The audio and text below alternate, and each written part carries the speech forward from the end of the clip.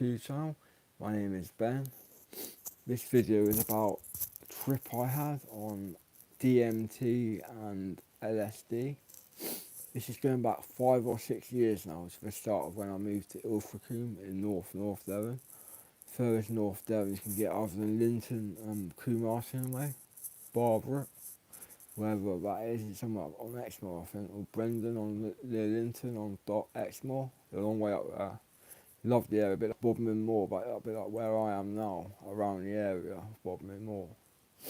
Anyway, when I did this LSD and DMT combo, I wasn't on anything. I was smoking a bit of weed back then, but like half a gram a day or a gram every day, not much. I used to smoke 7 grams a day at my worst. Or a half ounce of solid, like pollen, half an ounce a day. It was a rip-off, wasn't it? I wish I just smoked a nuke, rather than spend that much on the soft drugs. I was in speed as well at times, but not this time. Not when I was on DMT and LSD. I wasn't on anything else, just a bit of weed at the time. And it was basically like my life was in reverse. Like the present moment would be me being born. As soon as the LSD kicked in, it was like me being reborn as a adult human being. But I was still an adult when I was born, but I think I've been born twice now, and I've got introspective vision. I can see inside people's minds and X-ray vision as well. See through people and read people's minds. Like I could tell a girl was Irish, but without an Irish accent. She didn't have an Irish accent. It was something to do with her father being half Irish. She was one of the nurses on the ward I was on called Moorland View in North Devon District Hospital in Barnstable, North Devon. Capital town of North Devon is Barnstable, which is the biggest town by a long, long way. It's about 3 times the size of Bideford now, Barnstable is. Quite a big town. Well, it's not big, but for around here it's a big town, I like to say. Town in its own right, one of the oldest boroughs in the whole of the UK it is as well. Anyway, enough about Barnstable, it's shit there, nothing happens. People are muggy for a bit of crack there, I don't like that. So I live in Bude in North Cornwall now. My hair is such a state, I must get it cut. And it's receding, look at that. It's starting to recede quite bad. Anyway, when I was living my life in reverse, starting off with being born again, it was like I was born. It was like I was reliving my whole life, but starting from now. And then the trip would be all of my life, going through primary school, nursery first of all, meeting up with friends I would soon know in primary school, and this was like all my primary school teachers were there, like Mrs. Pengay, Mrs. Davis, all of my primary school friends as well, like Lance Appleton and people. And my mates from then was, I go to secondary school. I meet up with my mates Luke and Matt and other people that I hung around with at secondary school. And Ross, I remember Ross on the bus, like being a twat basically, throwing shits at everyone. So he was a bit of a knob jockey, basically. Ross Latham, hated them. I think he threw a bag on my head once, and a fucking twat of a kid. He was like a little kid when he was 16, well not 16, 12 or 13 years old. He was a little prick. Tosspot basically. Hope I don't come across him again, but he's a dickhead. Total knob end. Anyway, yeah, it was like me living my life in reverse, and my body would morph into objects and stuff. I'd be changing towards the objects in the wall because the walls would be shimmering in and out, and to the beat of the music I was listening to. It was like the music was coming through the walls, and this is very worrying. This is when I was at college. In my trip, I was reliving it now, quite weird. In my trip, in my head, I was reliving going through college, North Devon College. It's now called Petrock, but it's actually North Devon College. And I was reliving this, and basically, I met up with some friends there, but it slightly changed what actually happened there. I met up with friends like Matt, who didn't go to North Devon College. He had an apprenticeship in Tiverton, I think. So he moved away after a while. He lives in Australia now, Matt. Matt Jackman, if you're there, contact me please, mate. I do miss you. I miss the good old days. Driving the radio control cars around your holiday park, your mum and dad's holiday, your stepmom and dad's holiday park. I think it's stepmom and dad anyway. Hope they are still doing well, mate, but they won't be passed away now. I'm not sure. I wish I knew more about your life, Matt. I miss you. I miss the old days we had. We used to have a lot of fun with me, you, and Luke, didn't we, on our bikes and that. Running in your car on a Friday and Saturday night, cruising on Bideford and Torrington. Brilliant times. Loved it back then. Brings back good memories, I have to say. Non-drug memories as well, which is good to hear from me. Anyway, once I'd finished college, I used to go into the basement of college, and I fancied quite a lot of women there. We didn't have anything that with a girl at that college though, but I had a girlfriend from outside college who had a job as a gardener. Well, not an actual gardener, but someone that was doing it voluntarily. It was when we were meant to be at college, she wasn't clever enough to go to college, unfortunately. So she just did horticulture at home, from home. But she's another tutor that came round every 2 days to help her, Hannah she was called. And she had a tutor to help her out with her studies at home. But she was a nice, lovely woman, girl I should say back then. She was about 17, I was 18 or 19. But she was a lovely woman. Lovely girl she was. I'll never see her again now. No chance now, mate. Anyway, I relived my life to the present moment. And when I finished college, I got a job in computer systems in Views, just fixing laptops and desktop computers best I could. And I had a lot of jobs every day to get on with there. I actually did do work experience at computer systems, but I had a paid job in my dream, my LSD trip it was. I had a paid job at computer systems. This is very worth my while. So I earned a lot of money to do crack with. I spent all my wages on crack. But I did give my parents some of the money, like 5 a week or 10 a week, gives my parents for housekeeping. And I think this is fair enough. Anyway, once I finished working at computer systems, I think I got laid off because there wasn't enough work going around. And he couldn't meet my requirements for minimum wage. So he laid me off in good, we were in good spirits though. It was very good.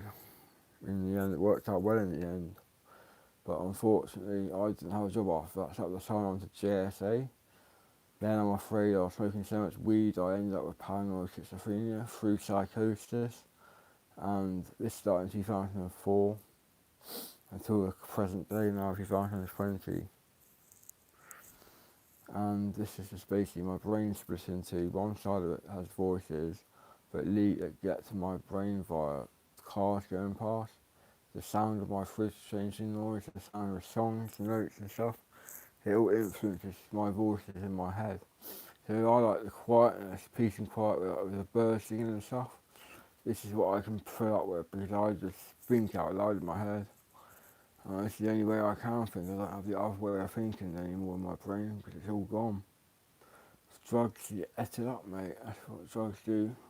Heroin actually made my thoughts louder in my head. The voice in my head used to be a lot louder than it is now.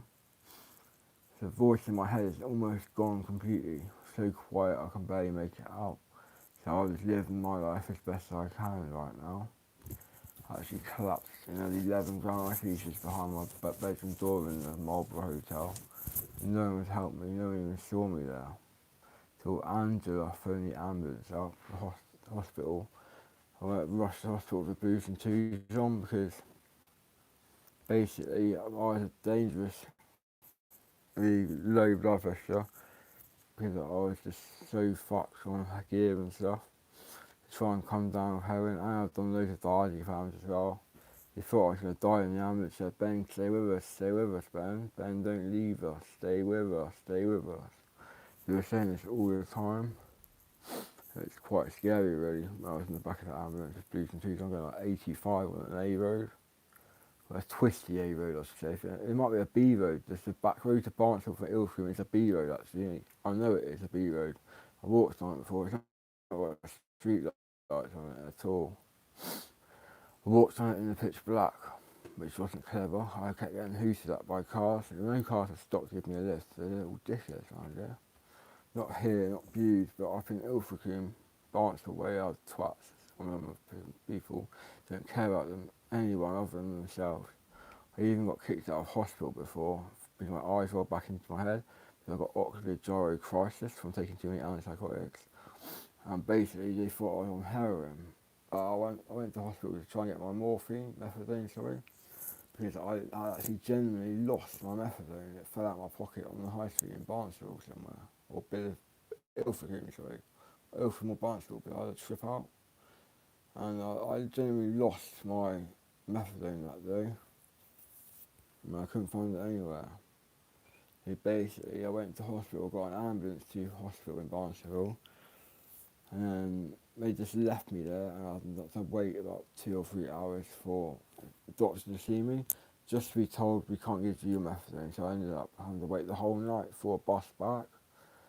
But I got a bus about 7 in the morning or 6:30 in the morning, something like that, from outside the hospital back to Ilfracombe, via Brompton, of course. And then this was all good then. Then I had to relax in my room. I got some cuts up on sleep. This was at the Marlborough Hotel I was living at then. But before the Marlborough Hotel, I lived in a place called the Windstate, owned by Stephanie Beck and Leah Bird. This was a good time of my life. I like Leah. And Steph's got a heart of gold as well. I really do respect these people. They put up with me when I was smoking weed and even when I was doing crack. I brought 2 people in the house as well, which I shouldn't have done. I was too out of my head to know what I was doing back then, but now I'm not off my head. I'm back to reality now. And I won't do drugs again. I'm off drugs now. I don't ever want to see drugs in my life again, other than, well, I just don't want to see them. Like illicit drugs, I don't want to see them in my life again. I'm sick of being addicted to crack and heroin and cocaine, powder cocaine, before we wash it up into bicarb, or ammonia, which washes it up into freebase cocaine, crack cocaine. Freebase is what it's called, really. It's freebase cocaine, obvious. I use ammonia or bicarbonate soda, but I prefer bicarb, it's much safer. Ammonia is the drain killer. Drain cleaner, not killer. It's for cleaning your drains out, to unblock any blocked drains. And I wonder how or why this is what's used or can be used for washing up coke into crack cocaine. I always wondered why it was ammonia and bicarbonate soda. What's in these, what's properties of these drugs? These household substances that you find around lurking in the kitchen. Not ammonia, it's that's what bicarb. Ammonia would probably be in your garage, outside of the house where you park a car. If you've got a big enough garage or garage. Garage is very posh. I'm not posh, I say garage. So you keep your ammonia in your garage at home, in case you need to unblock any drains or wash any cocaine up, obviously. If you really want to do cocaine, go ahead, be my guest. If you want to pay £100 a gram. Is it really? I've been told ammonia is for cleaning drains out, for cleaning ovens. I don't know about that, mate, but if that is true, it's very smelly stuff. I hate smelling ammonia, it gets right up my nose, it really stinks. It stinks of fucking poison. It's got a really harsh chemical smell to it, don't you think, mate? Harsh, potent chemical smell. Can't describe it, it's rotten though. Yeah, I wish I needed a mask as well to do it, mate. I washed up without wearing a mask, I washed up just with my face uncovered. I'm just put up with the smell. And it's not too bad, but it's not too good either, I must admit. Anyway, I need it at the present day now for my trip. But I think I missed a bit out. Mine is a bit I missed out. After I worked at computer systems, I went to college in Exeter to do an MVQ level 2 in computer system support. I passed this with a merit, and I would have got a distinction if I got 1 mark higher, 1 mark out of 500 or something like that. Ridiculously close to getting a distinction. And there wasn't even the proper marker marking my papers. It was a deputy one. The proper marker was off sick, so he couldn't do it. He tucked up in bed, he was. So he was. It's live, mate. Right now, a second. Uncle Ben, you know me. I spoke to you yesterday, Jeffrey, and the day before, probably. Now the time's come up for 50 minutes, 35 seconds. No. That's the kind of time I was dead on there, I think. Maybe a split millisecond after, but I was pretty much spot on. Yeah, mate. See, I'm not lying. My hair's a mess, isn't it? Look at that state it is. Stay with me, Jeffrey, until I end this video. It's quite interesting, my life in reverse. I'm good. Just talking about my when I tripped out badly on both drugs. I had a bad trip. It wasn't a bad trip. It was an okay trip. But I reckon I should have taken ecstasy at the same time. This is why I always took ecstasy after. This was after this neutral trip.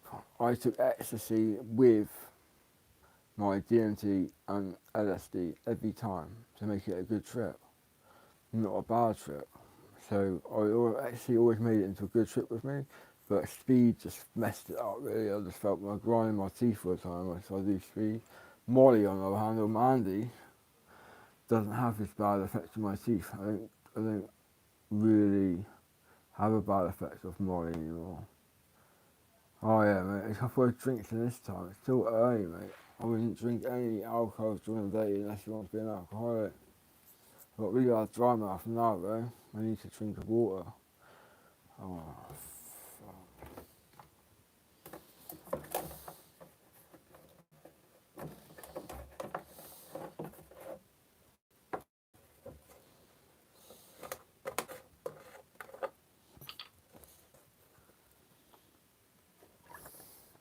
just had some orange juice, sorry.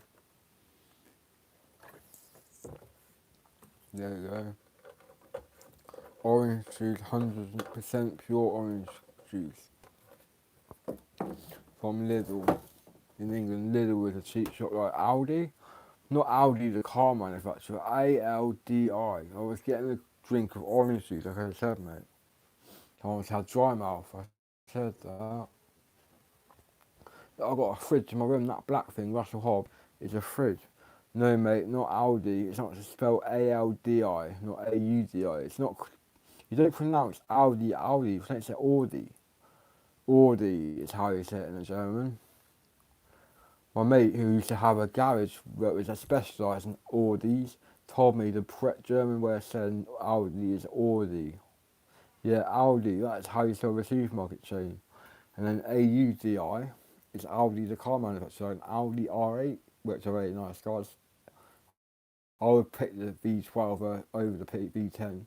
But don't get me wrong, if I had a V10, Audi R8, I would be loving it. I've had a licence since 2003. I passed the test second time round in 2003. The first time round, I think I got too close to a cyclist on Barnstable New Bridge. Not New Bridge, it was a new bridge before they built a newer bridge.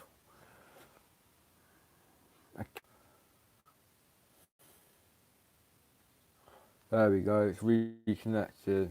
Sorry about that, my connection went haywire. The reason I don't have a car is because I get oxygen crisis, which